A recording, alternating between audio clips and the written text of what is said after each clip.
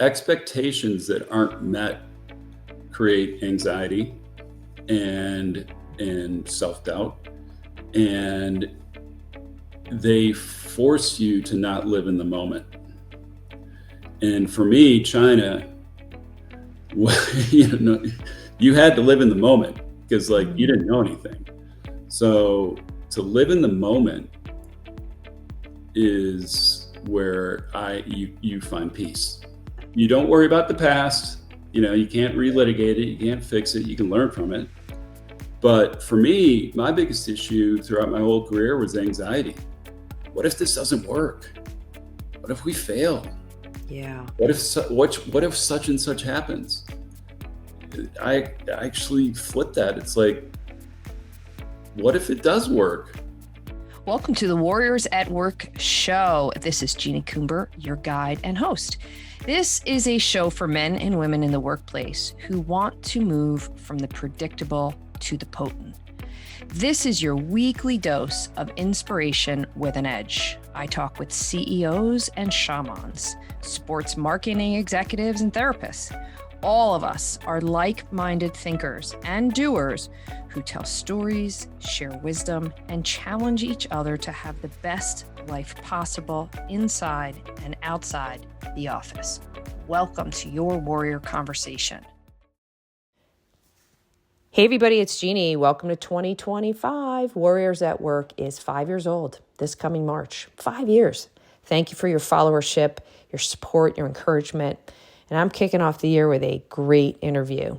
Derek Koenig, marketing creative extraordinaire, who joins me in this conversation to share with us snippets from his 25-year career, combining team building, leadership, strategic acumen, creative storytelling, incredible business results around the globe. More specifically, he talks to us about his most recent assignment in Shanghai, China. So whether or not you're looking to expand your business in the US, globally, maybe in the Asia Pacific region, regardless, this conversation is chock full with ideas, moments of inspiration, moments of pushing through fear, playing with the boundaries. So inspirational. And it was such a thrill to have this conversation with Derek. And I'm so happy to bring it to you. Enjoy. Derek, thank you so much for joining me here at Warriors at Work. I'm really looking forward to this conversation. Me too. So I want to level set and set the table a bit for everybody that's going to be watching and joining this conversation, because you have so much richness and experience, and we're going to get into that in terms of your story. And I want to just say a couple of things that I know about you. Obviously, you have a very rich creative and marketing leadership story and experience for several years with incredible brands like Discovery and North Face. And your colleagues, I loved this on your LinkedIn profile. And so I'm going to set you up here. They describe you as a breakthrough talent, brilliant creative marketer, a smart and strategic thinker. But I want Derek to describe Derek in his own words as we begin this conversation. Wow, that's a good question. First off, whatever you post on LinkedIn is the best of. So, it's only going to be good stuff. Let's see. How do I describe myself? I am basically what I've found to be good at is connecting, and whether that's connecting people or ideas or thoughts. But I think the shorthand is for whatever reason, I'm pretty good at connecting both sides of my brain, from the strategic side to the creative side, and linking the both.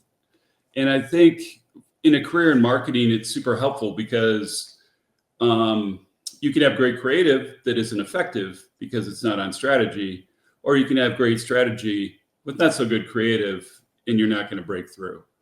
So what I've been lucky to be able to do in my career is combine the both. And sometimes early in my career, it was a little difficult because people want to put you in a box, right? You're either, carrying the boards and selling the work, or you're, writing and doing the art direction. And I always wanted to do both.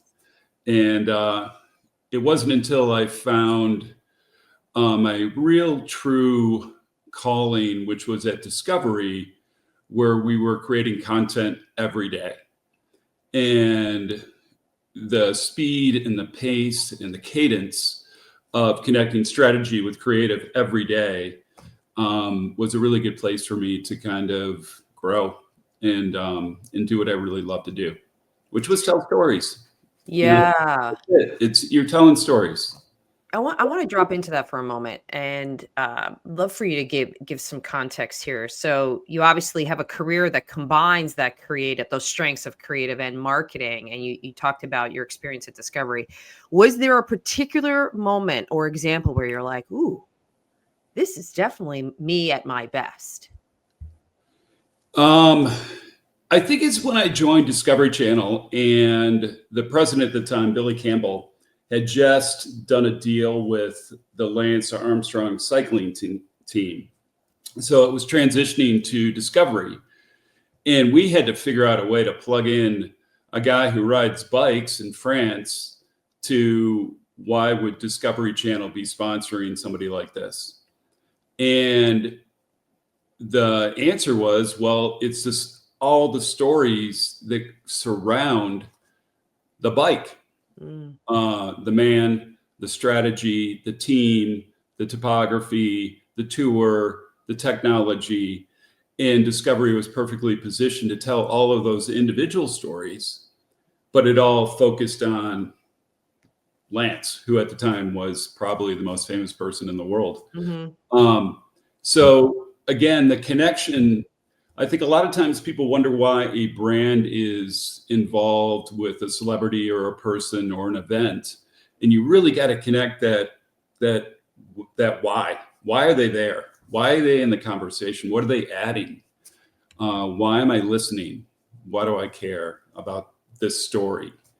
And when that happened, that was amazing. And what we did is we created, we had this idea where we were going to do the countdown to number 7 because Lance was going to win his 7th tour. And so we did 7 weeks to number 7, and we created 60 seconds of content every night in a roadblock on all Discovery networks, which told a short story about either the technology, the team, whatever. What I called it cocktail party fodder. So if you were happening to watch it, you got a little piece of information that you could pass along.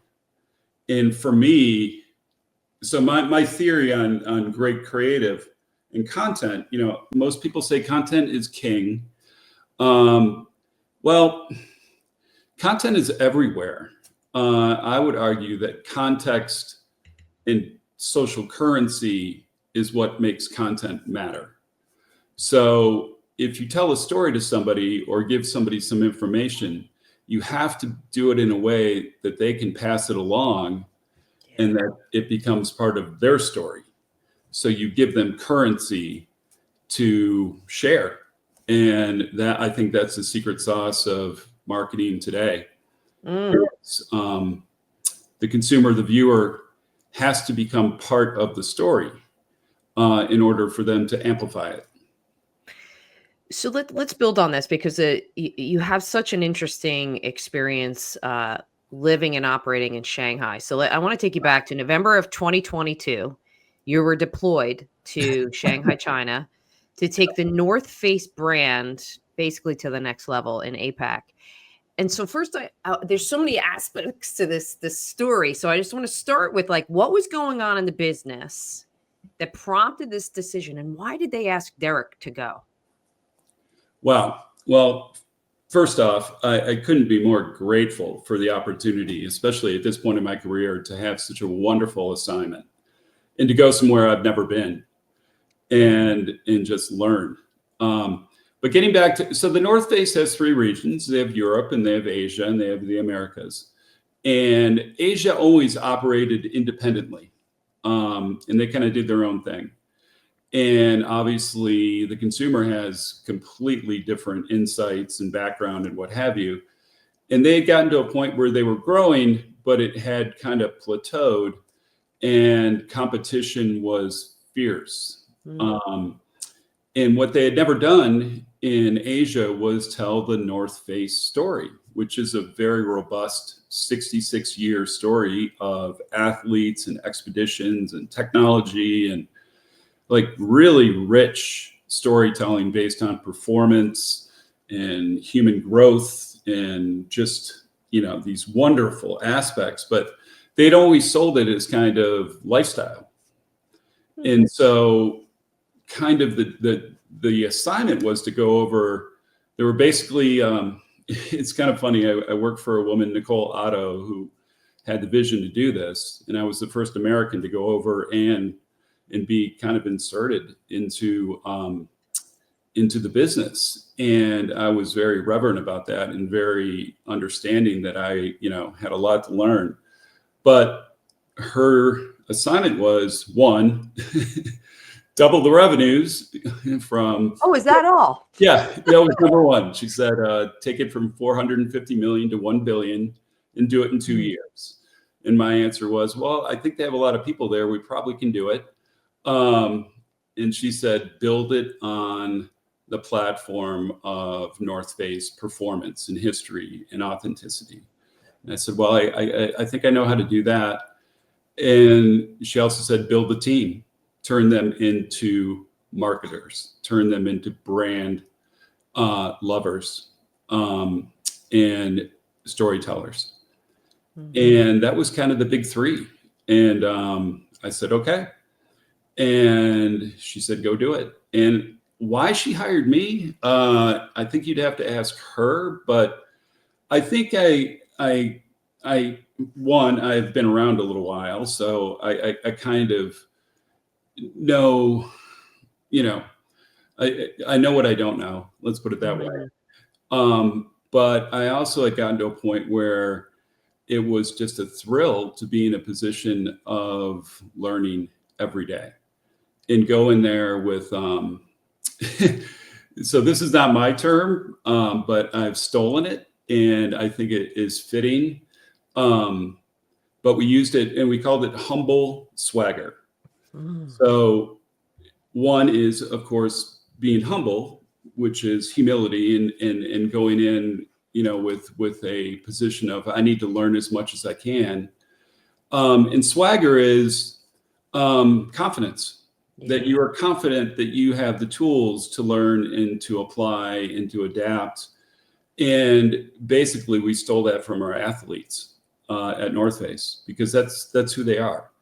They do amazing things and they climb mountains, but they are very humble about it and very reverent, because things can change and bad things can happen. And it takes a team and it takes empathy and it takes understanding. So we put those two together and it's kind of like, that's our brand, is humble swagger. We know what we're doing, but there's always room to learn more. And the key part is you're coming with us. We don't know everything. It takes a team. So everybody's contribution is important. Nobody summits alone. I'm sure there's the first person that gets up there and they get credit, but they're not going alone. It takes a team. And so that's kind of in a nutshell what humble swagger means. I love that. Nobody does the summit alone. I think that's brilliant. Nobody, right? Because one of the things that I want to talk about is, you're getting more into like your leadership and management philosophy, which I think was critical. When you think about like the first 60 to 90 days of this experience, what did you know about yourself that you knew was going to be really, really critical for your success and for the success of the team? Like, tell us more like how that all started to manifest. Oh, that's such a good question. First off, I went alone. And most important to me was to insert in full immersion. So I didn't live in a big, tall skyscraper. I didn't have a limo driver. I didn't have any of that. I lived in a neighborhood and I rode a scooter to work and I fixed my own meals and tried to learn as much of the language as possible. So what was key for me was patience, curiosity, and actually in a really, this is, I think, most important in my career is realizing that you are not in control, right? You're in control of what you do, but you may not be in control of what happens. And there's so much going around you that you need to learn, and you need to be able to adapt and understand and then apply and pivot. And every day was a pivot. Every day there was something that happened that I had no idea how to fix or do. And I would just sit and think and go, well, the answer will present itself. I don't know what it is, but it takes patience. And the younger Derek from years ago would press hard to fix it, right? You know, Gen X, we need to fix it. We need to fix it right now. We have the answer. And I think the key to China was patience and learning and listening. And I would use this phrase a lot in my own head, which has been really helpful. And it's really simple. It's before you say anything, I would always say kind of in my head, I'd be like, well, does it need to be said? Does it need to be said right now? And does it need to be said right now by me? And if I can't answer yes to those three questions, just don't say anything, you know, just listen. And because nobody learns anything from talking. So when you show up, here you are in Shanghai, you have all these amazing leadership and management philosophies, practices. You obviously understand the world of creative and marketing. And now you're immersed in a totally different culture. You have to balance. I have to advance very, very specific strategic priorities. But I also really fast. But I also have to engage this team culturally. So talk to me about like some of the critical things that you knew you had to do to create that level of engagement. Very good question. I mean, anytime there's a new leader that shows up in an organization, there's always that transition where you kind of have to earn the trust of the team. This was a little bit different because I had 72 people and I was the only Western person. Everybody else was mainland Chinese. They all spoke perfect English. So there wasn't like a communication barrier from that standpoint, but I'm sure they were thinking, who is this guy and why is he here? I would get three questions always. And they were always the first three questions.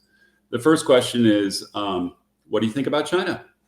That was always the first question. And I'd say, I think it's great. You know, it's wonderful. It's spectacular.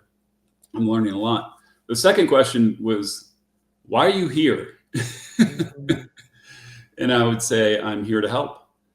And, you know, I bring, you know, my background with marketing and creative, but also I know the North Face. I grew up with the North Face. You know, I'm an outdoor person and passionate about it. I remember my first North Face jacket, you know, so I kind of have that brand aspect to bring to it.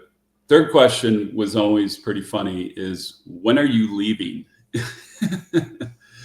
And I would say, I moved here. I'm leaving when we're done. And I don't know when that is. So over time, it took about 3 months, I think, of just showing up and listening.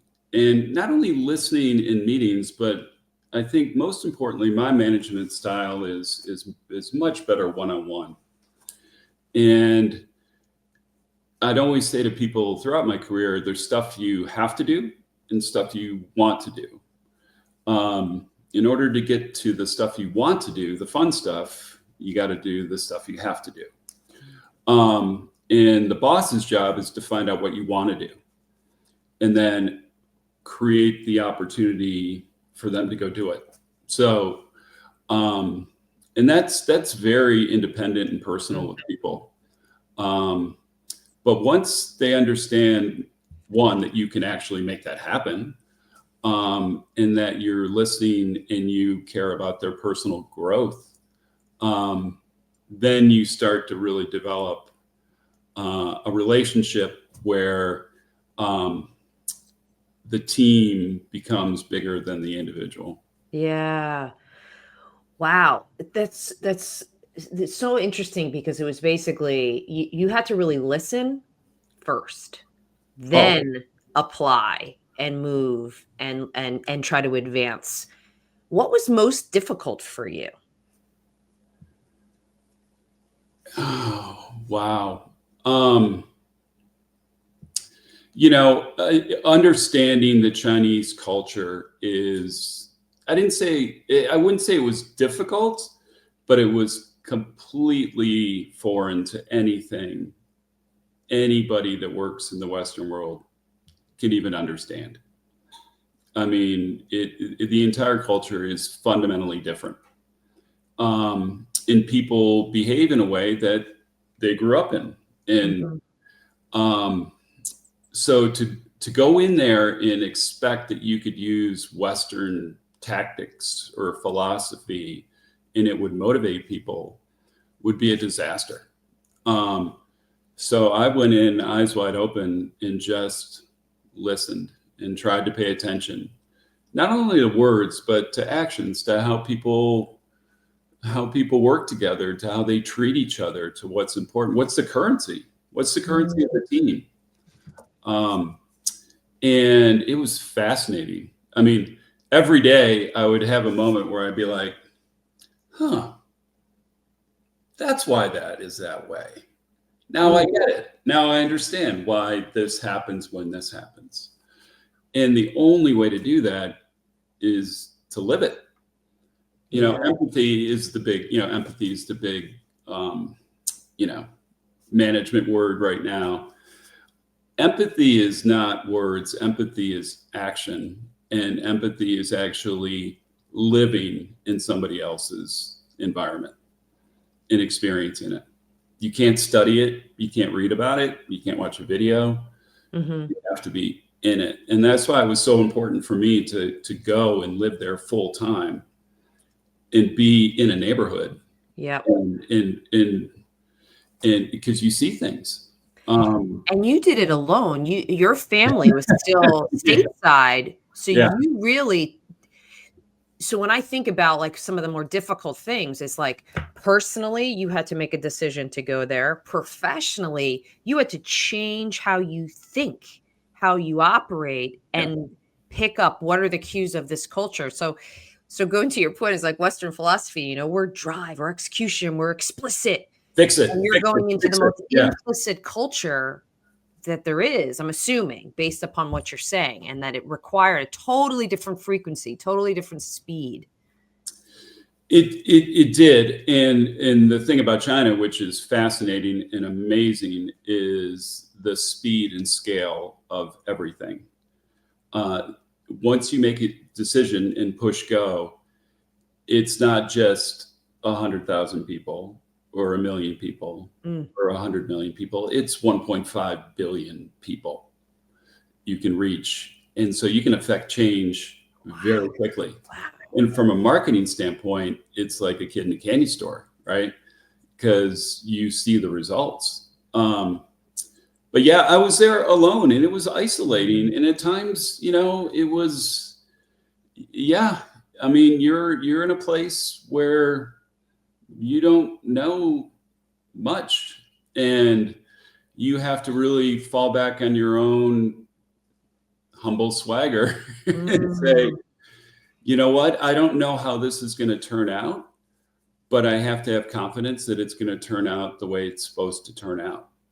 And you have to let go and give up control, which is really hard from a Western standpoint. Yeah. You made some beautiful friendships, both personal and professional, while you were there, and you shared some of those things, and some, and one person in particular. I'd love for you to tell us a little bit more about some of the friendships, and they almost became mentors to you in a lot of ways. But I'd love for you to give a little color and context there. I mean, yeah, at the end of the day, we're human beings and it's all about relationships, right? And the fundamentals of relationships transcend any culture. I mean, it's about trust. Um, it's about caring. It's about kindness. Um, and it's about having someone's back. Mm. And, that's the core. Who can you count on? And as the new person there, it took a while because I'm sure they're like, who is this guy and why is he here? And he's from corporate and, Mhm. can we trust him?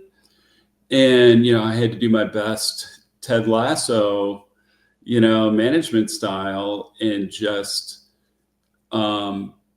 be patient and listen and learn and go with it. And over time, what unifies people in business is alignment, right? So if you're aligned in a common purpose, a common goal, the summit, if you will, then you can come together on those terms. Mhm. And that's number one. So first and foremost, get aligned with your boss. That if I can tell anybody anything, I don't care what level you're at, you better be doing what they think is important. Um, and once you're aligned, so my boss was the general manager of North Face for APAC. His name was Stone Dong, and he is 100% mainland Chinese. And you couldn't put two different kinds of people together. And we were partners, and we came together. It was like a buddy movie. It was like something you would film.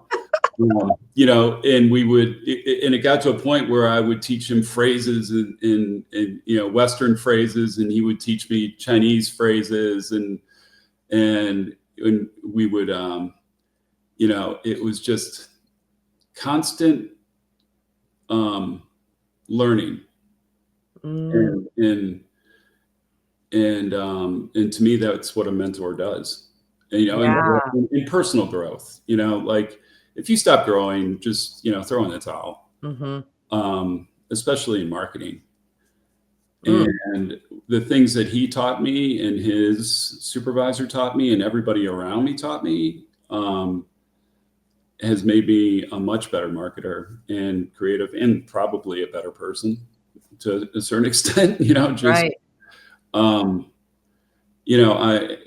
so few people in the United States have any idea what it's like in China. I mean, you just don't get the opportunity. Mm. And the things that I saw and did and people I met and still text every day. I have this one woman who worked for me. She's amazing and she loves music and I love music. But growing up in China, she didn't have experience hearing a lot of different Western bands. So I'll send her music that she's never heard before. Wow. Love it. I'll send her like, a Led Zeppelin tune that we have all heard a million times. Mhm. And this is the first time that she has heard it. And I'll send it to her and she'll send something back like, oh my God, I can't believe what I just heard. And just to So cool. see that the eyes light up and be like, wow, I've never experienced this before in my life. It's like keeping the learning going there and the experiences going. Yeah. I want to talk about you touched on this a little bit, but I think this is your results were incredible, by the way. That I want to talk about that. I want you to tell us about one of your most extraordinary initiatives when you were there. Yes. So I think the takeaway for me professionally about China is they're 1 to 2 years ahead of us in a performance marketing conversion model. And when I say that, um, it is a very effective model that I picked up, and then we adapted for the North Face, and it was a rocket ship. And basically, it's more complicated than this, but essentially, there's no TV commercials in China.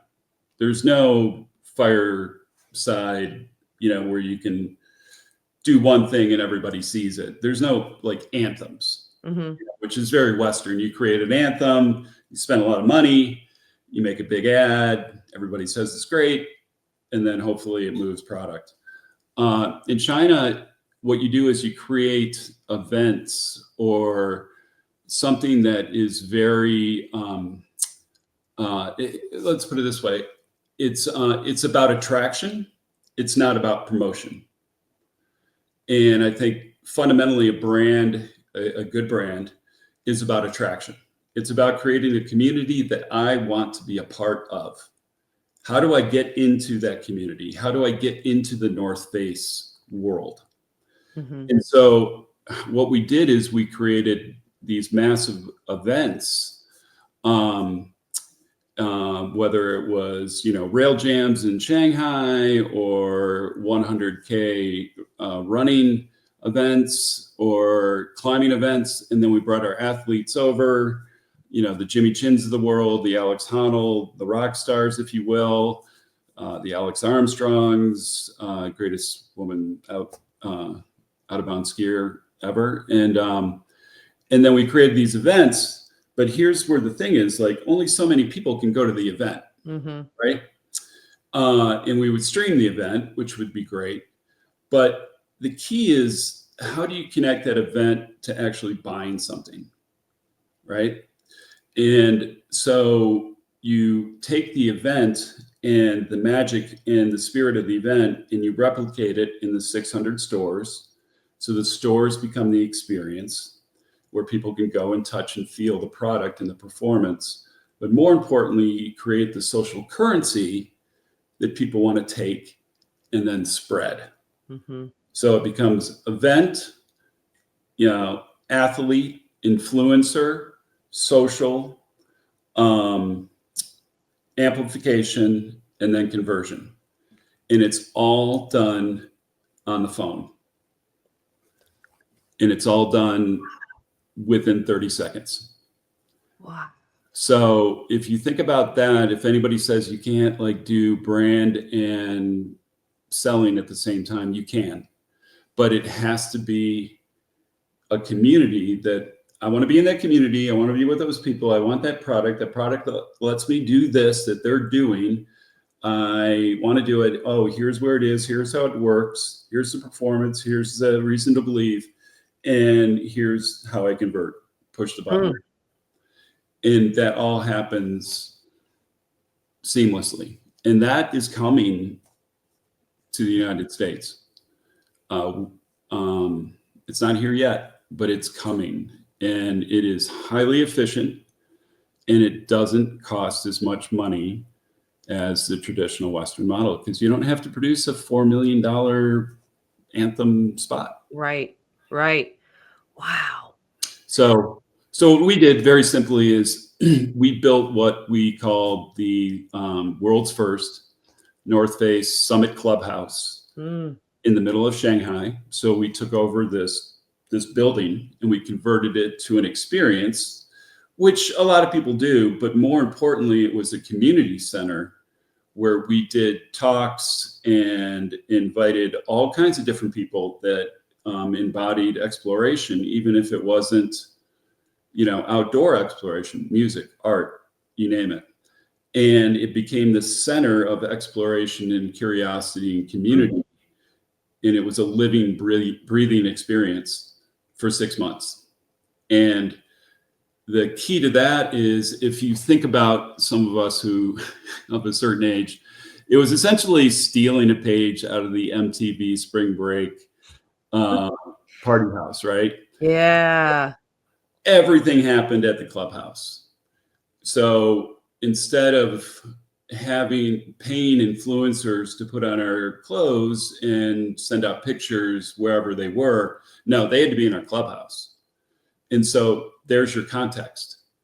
So they were in our world, or they were on the side of a mountain with our athletes. And so the content in the story took their celebrity and their reach, but put them in our world. And then the consumer would say, I want to be in that world. They're cool. And they're in that world. How do I get in that world? Well, North Face product allows you to go do this and do it on your own. And then conversion happens on the phone immediately, right away, which is amazing. And that is coming. There's no websites in China. There's no website. Everything is on the phone. So you have a mini site on your phone, which can tell your whole story. So everything from the athletes to the anthem, the story, the background, the history, whatever you like, go deep into product demonstration and then convert right there. And then it will be at your house tomorrow. Just incredible. Well, when you think about, you spent 2 years there immersed in this culture and this way of being. Yeah. Just take a moment. Like how did that experience shape how you view the world, how you view creative and marketing? Well, first, the world became a lot smaller. Mm-hmm. A lot smaller. A 12-hour flight for me now is like no big deal. And it's crazy because, you look on your phone and my family, you can see where your family is, Right. Yeah. And they would literally be on the other side of the planet. And when I first got there, I felt like that's far away. And then by the time I came home, it's like, that's not that very far away at all. So it's a lot smaller. From a marketing standpoint, I think what I learned is there are a lot better ways of doing it. And I think the Western marketing philosophy has always driven marketing from as long as I can remember. In Europe, is similar to an extent, although they do things a little bit different and a little bit better, I would argue. But to learn how the Asian APAC marketing works and then to plug it into what you already know from the Western side it's magic. To be able to affect change as quickly as we did. I mean, we got most things right. Some things we didn't, and we would shift really quickly and pivot because you have to, right? Anybody who thinks they know how it's going to turn out, you don't. You have to be able to pivot quickly and have that kind of flexibility in your thought that maybe you didn't get it right. So you need to change it a little bit. But yeah, from a marketing standpoint, the Western and the Eastern philosophies of marketing, when you put them together, are magic. And the Eastern Asian philosophy of marketing has not really, people don't know how to do it in the US because they haven't had experience to it. And when I say Eastern, and specifically it's China. Japan and Korea and the rest of Asia are more Western than China. China is different, and the way they market is I wish everybody could have a crash course in it because it's game changing. It really is. And like I said, it's the best. So again, songs, the best of both worlds. When I got from Van Halen. Yeah, when I got there, I played the Van Halen song, and they all looked at me like I was nuts. And I was like, "It's Van Halen." They were like, "Who's that?" And I'm like, "Oh man, okay, we got a lot of work to do." But it's true. it's the synergy of putting, again, connection, putting two things together that you might not think go together, but when you do and you do it right, it creates magic. And why it creates magic is, this is my whole creative philosophy, is take something that you're familiar with, and combine it with something that is unexpected. And what that forces the consumer to do is to say, well, I know this, and I know all about that. And but why is this connected to this now? So it forces you to use both sides of your brain. And that creates long-term memory. And if you do it properly, and do it with the idea of it's adding value to the consumer, then it turns into social currency. And then they will spread it. So with North Face, take something in the case of China, I know these jackets, I know the nupsies, I know they're puffies, I know they keep me warm or whatever. Plug it into the history of the North Face, which is why it's called the North Face, coldest side of the mountain, hardest way up. The history of the athletes, all the stories, and it changed the perception of the brand, and it created community people wanted to be in because it made them look cooler.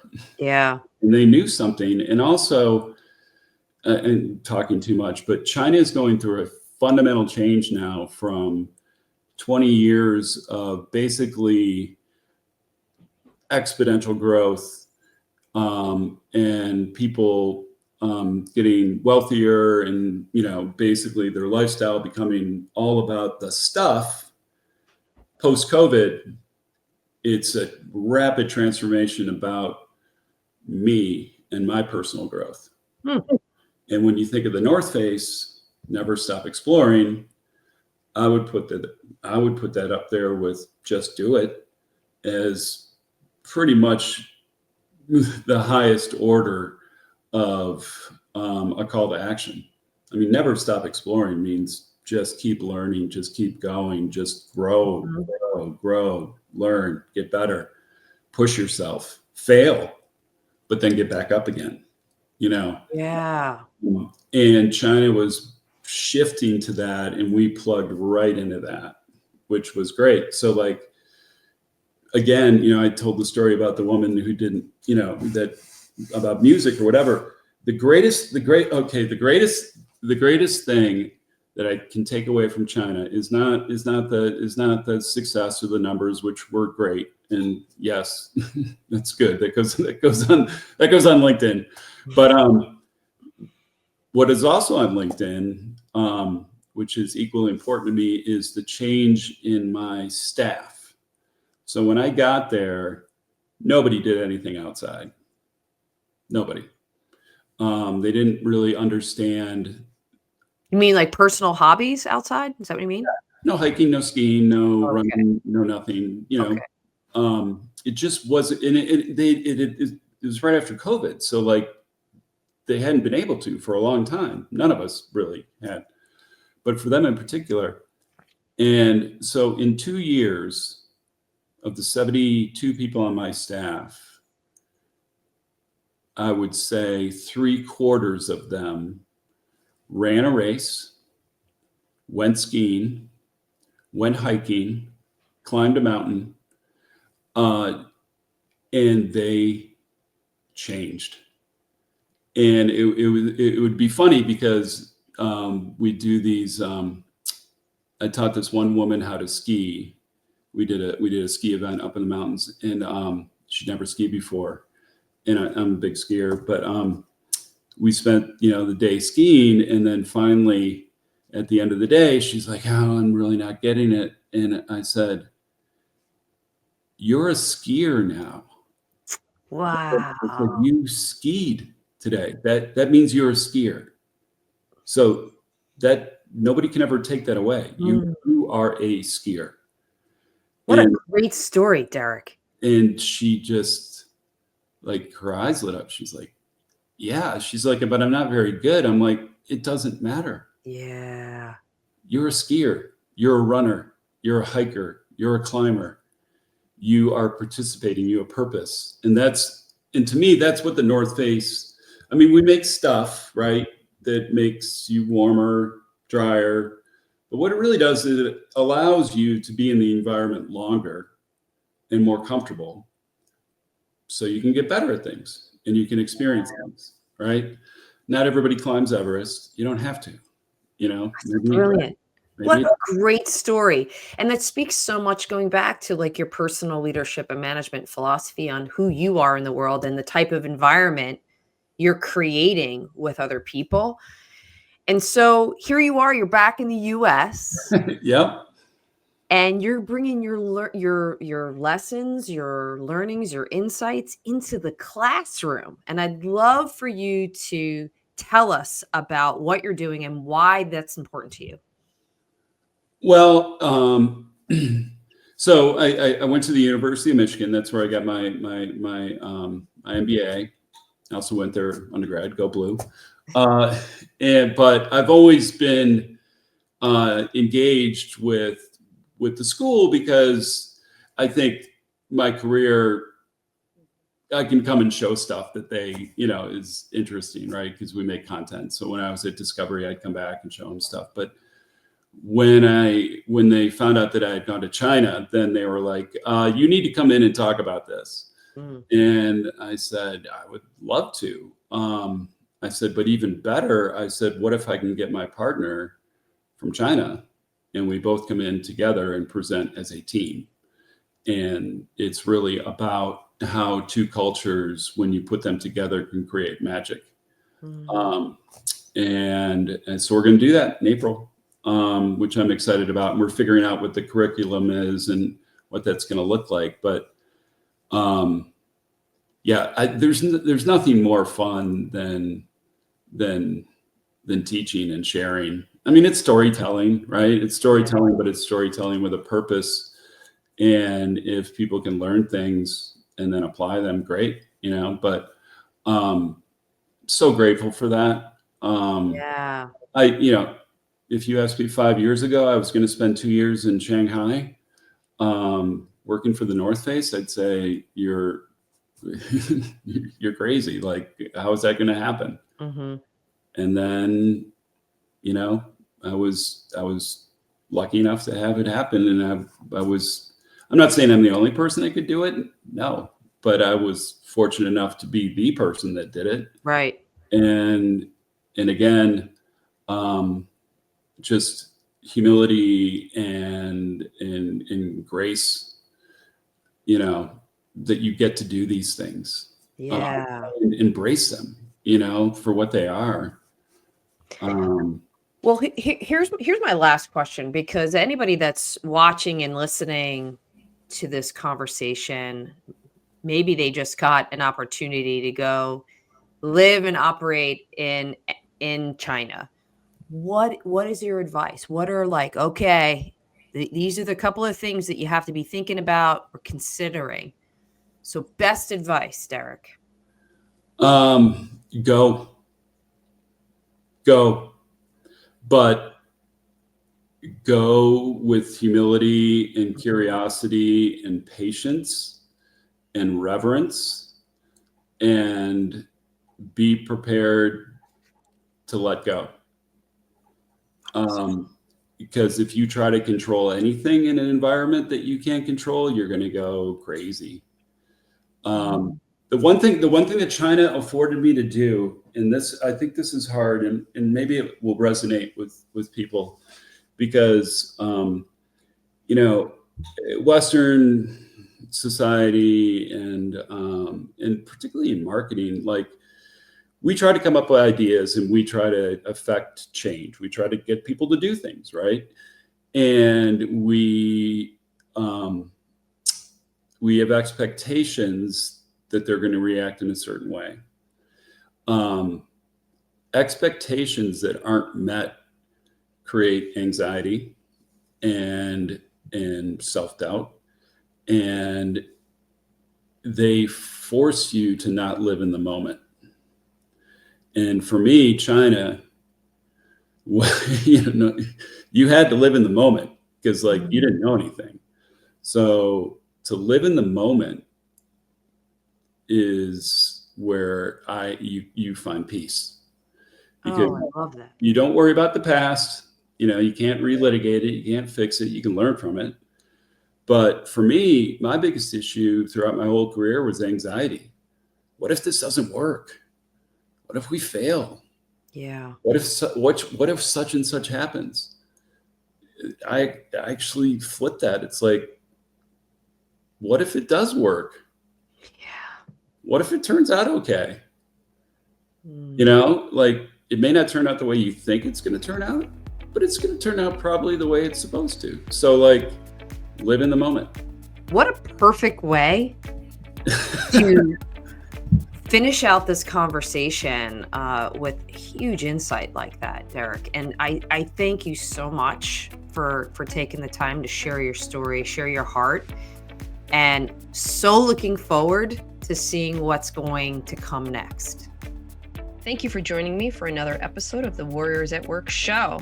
If you are interested in learning more about what we do at the Warriors at Work show and platform, be sure to go over to my website, Jeannie Coomber, and subscribe to my monthly Warrior Playbook newsletter. I share everything that I'm up to month by month, as well as some lessons and insights that I've learned. I'm also interested in hearing any feedback you have about this conversation or future topics.